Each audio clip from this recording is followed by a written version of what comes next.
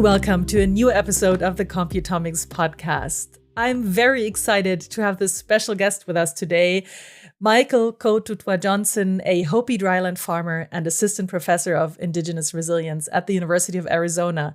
Michael, thank you so much for coming by. Thank you so much. I appreciate being here, Anna. Michael, you're a Hopi Dryland farmer. A lot of people in our audience might not know what that entails. So could you tell us what is Hopi Dryland farming and how does it work?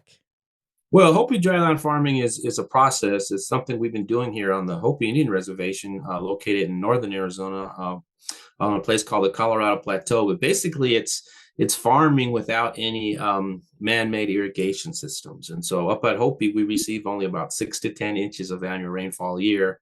Wow. Which is very rare, because when I was at Cornell University, they said that I needed over 30 inches of rainfall a year. And so we're able to do it on 6 to 10. But dry farming is basically, farming without any man-made irrigation. Mm-hmm. I mean, just the numbers are quite astounding. So how does it work, basically, with this little irrigation to have crop? The techniques have been developed for over 3,000 years. We've been out here for a long time. And so over those times, we've come up with techniques that basically all preserve soil moisture. And so our planting depths go from anywhere from 6 inches to 1.5 feet deep. Mm-hmm. On different types of crops have different types of planting depths. And basically, we just look upon what we see, what they call biological indicators, which are the different types of plant vegetation that we see in the springtime that have different root systems that allow us to adjust our depth, adjust our spacing, and things like that. But a lot of it has to do just with conserving soil moisture. Mm-hmm. Can you go into a little more detail on that? Like, you're looking at the vegetation that's already there, and that's how you decide where to plant which crop? Just take us kind of into the nitty-gritty, if you don't mind. Okay, well, we have different types of plants out here in the springtime that start to blossom. And so we have things that they collect sagebrush, or we have other types of plants, and each one of those have different rooting depths. And so wherever we see the abundance of the most plant tells us how wet the soil is going to be, how deep we got to plant, and how far we got to space. And so some of the things that you'll see out here at Hopi is that, we just don't have conventional 14-inch rows like you do in modern corn. We have 6-foot rows. Aww. And rather than one single kernel per hole, we put 10 to 12 kernels per hole and thin them out 6 to 7. And so it looks like bushes out here, in a lot of ways, but it's very practical. It's what I call indigenous ingenuity. Mm-hmm. It's been practiced for over 3,000 years, and we don't have a crop every year.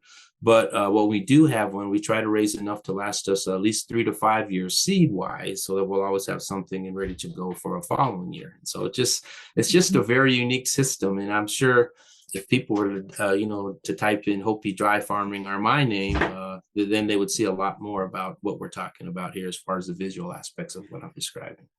I have the slight suspicion that by the end of this podcast, at the latest, people will be typing in your name and going like, wait, hang on, that sounds amazing. Let me check this out.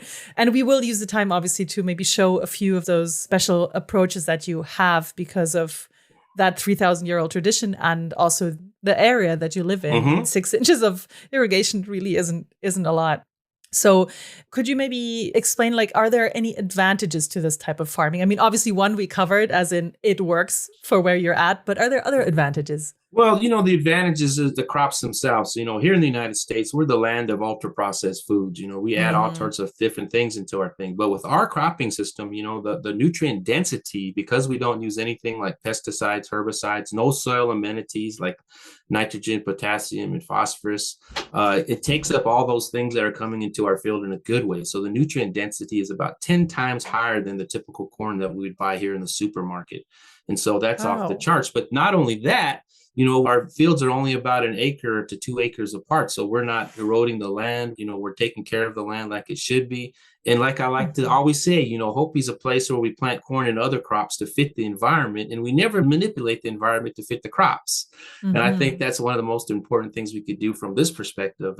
There's still indigenous people in this country, in the United States of America, but we're just not recognized like we should be in many ways. And so what I'm trying to do is bring that recognition back, and also talk about our contributions that we still are making, and how we're still able to manage our land with high rates of biodiversity here in the United States of America. Yeah, so you said nutrient content 10 times higher than at least the average that you find in the US. I don't Yeah. know if you compare it to Europe, it would maybe differ a little bit, It but would be. yeah. Then you mentioned biodiversity. Is that because you switch up the crops depending on kind The of biodiversity in the air. I mean, there's a biodiversity of crops here at Hopi. We have over 17 different varieties of corn. We have about just as many varieties of beans, melons, squash, even cotton and things like that. But the biodiversity in general around our landscape is very high because we're not overgrazing it with cattle.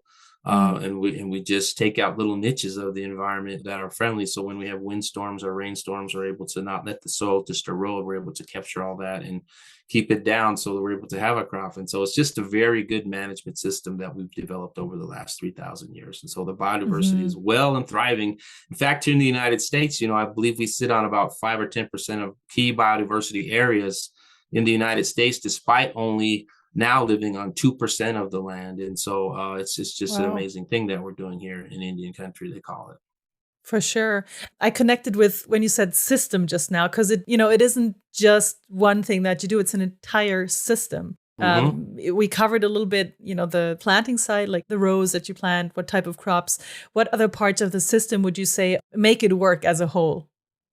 Well, I think, it's also the conservation of water. It's water Hmm. management because we do more with less. I have to like to say that. And so, because Mm. we receive such little rainfall, such little precipitation, we have developed unique ways to capture some of that.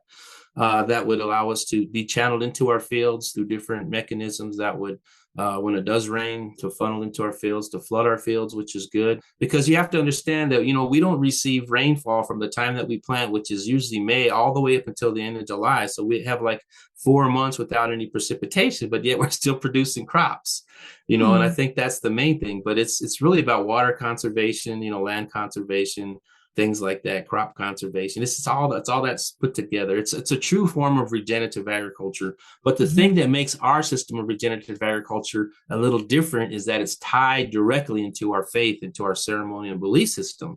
That's what makes it unique. That's what makes it sustainable. And that's what gives it the discipline so that we don't over extract and we don't take advantage of something we shouldn't be taking advantage for. So with having that type of system, it's good for everything. It's a win-win for everybody Mm. that actually does this type of work. It already makes a lot of sense. Can you take us a little more into detail? How is it an integral part of your belief system, of your day to day in a way, right? Day to Well, daily life. Well, for example, we have like things like white corn that we raise, and we use that to make. We use that for a number of things. We use it to make prayer meal, to give offerings. We also have a perfect blue, white ear of corn, which we would lay by a newborn baby, so that ties him to the earth and give him or her name, and it's just a beautiful thing. So it's really integrated into our society. So a lady once told me out here, without corn, how could we be Hopi? And so Mm. it's one of those things where it's not a commodity. It's really a life-giving force, and it's a very beautiful thing. And I think that's the big difference between our system and a lot of systems. Is it's not one just to take. It's also one to give back and to so that we can grow both spiritually, mentally, and physically. So Mhm. it's that trifecta, I call it. And so I think it's kind of neat to see that.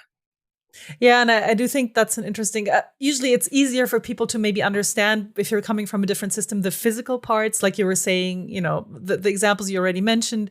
I would be interested in learning a little more about the water conservation. Like, what do you physically do to do that? But the other is what you just said, right? It has a spiritual component. It has like a emotional, spiritual component, and a ritual where that helps to have an appreciation for the entire system and maybe helps to not go too far in whatever area of the farming system that we have. Mm-hmm. Mm-hmm. Could you share a little more about the water? How do you conserve it? Is it about maybe checking yourself, as in the individuals or as in the group, the community? Or is it specific techniques where you can say, hey, this you can actually copy, everyone? Check this Well, out. it's kind of like our cropping system, for example. I mean, I'll use corn as an example because that's one of our main crops out here. But for example, we clump that corn. So we plant 10 to 12 kernels per hole at a pretty good depth. Mhm. And what that does, it does several things. First of all, with these wide 6 foot rows between these clumps. And so what that does is allows those roots to optimize the amount of water and moisture that's available. It also helps when you clump them like that, it helps shade the plants together. It also helps with pollination as Mm. far as the pollen falling on the kernels. It also helps with predation, because the crows and things, they can attack the ears that are on the outside, but they have trouble getting on the inside ears. And then Mm. when it falls down, after we harvest it, we knock it down. What happens when the snow drifts across the field in the wintertime?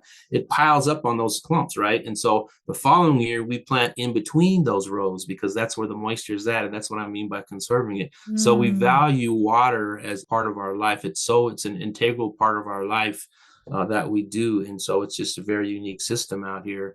It's probably the only one that I know of here in the United States and throughout the world that's as vibrant as any that I've seen so far, because we've practiced, right? And a lot of trial and error, but we're still doing it. And I think that's the unique thing about it. We're still doing it. Mm-hmm.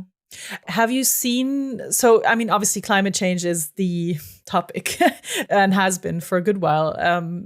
Have you seen changes or have you had to adjust your system? And if so, how? Like, let's say in the last 10 to 20 years, like that's a short time in the 3000 that you've been practicing and perfecting this method. But have you seen in the last decade or two changes? And if so, how have you reacted to them? Yeah, I've seen changes. I usually keep an ag journal that I write with. And, over the last 10 years, we've had like shorter summers, longer winters, but hardly any precipitation. And so that really weighs down because people have to understand that snowfall is the most important thing as far as bringing moisture because it soaks down Mm. into the Mm. soil over time. And so if we have enough of it, which is usually around probably 5 inches or more of snowfall, we're able to get through to the monsoon rains, which are these big precipitation outbursts that happen in July. And so those plants will continue to grow and thrive on that moisture until we get the monsoon rains. But, climate change or what they call environmental fluctuations here in the United States now, is hitting. It's getting hotter. Mm. So the plants sometimes wilt pretty quickly and things like that. And so what we've done, we've just adjusted. And I think that's one of the main things. But every year we plant, I think that's part of our faith. When I talked about that, we plant no matter what we see on the ground. If we know we're going to have a drought, we'll plant anyway because we're supposed to do that. And that's who we are. But over time, these seeds will adapt too. I mean, that's the thing that I kind of gets me a little bit nervous about is these seed banks that they have throughout the globe, where if they bring them back out and they try to grow them in conditions, those environmental conditions have changed. So will those seeds react the same? Will they thrive or will they wilt? We don't know that yet, but it's a good thing to store that genetic material, but it's also a good thing to grow these things out because not only are you growing out these plants, you're growing out yourself. I think that's what Right. people understand. You're growing out who you are, especially here at Hopi. And I think that's very important for your viewers to understand. Hmm. Interesting. I mean, this kind of connects to your work at the Indigenous Resilience Center, like the topic of seed banks and maybe how do we need to reconceptualize this type of like seed banking or what else should we think about?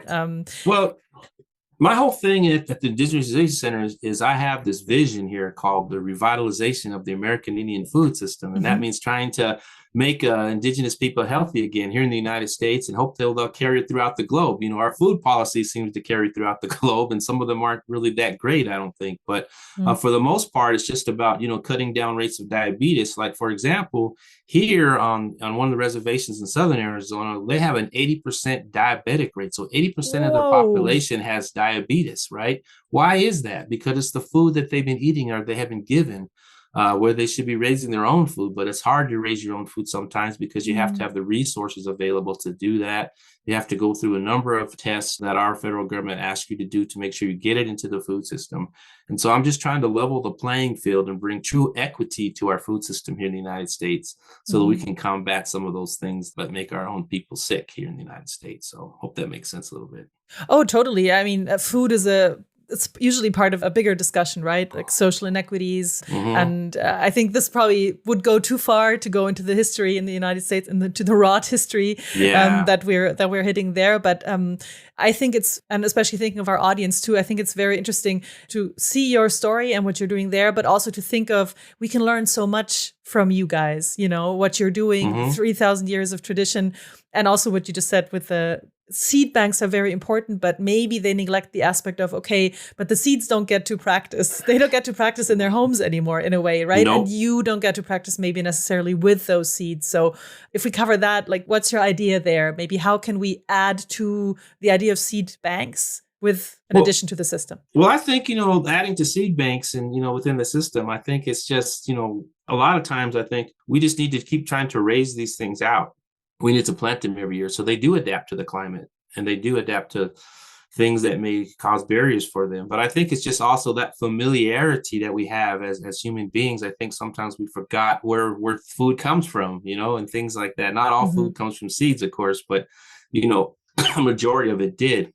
And so it's good just to try to bring those things back in a good way. And that means, introducing them into schools, here in the city of Tucson, I've got a program called One Seed, One Child that I'm trying to kick off the ground, which would give every child a seed, a cup, and some soil and the water, and to plant that on their first or second day of class. I think that will allow us not to only plant something, but it also tends to get the kids introduced to actually doing something like that. I think we miss that a lot in our society. We just kind of go to the store and buy things, but this would actually give them a chance to do that. And for us, about planting, it's really not the end process that's important for us. It's the fact that we do plant every year. I think that's the most important thing, because that's a demonstration of our faith, especially in a climate like this. We have to do that. And if we don't do that, it doesn't say much for us, but we just do it because it's very, very important.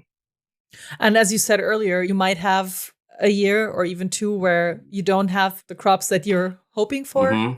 Yeah, that's true. But then you do have those savings, I guess, seed savings, where you can still do it.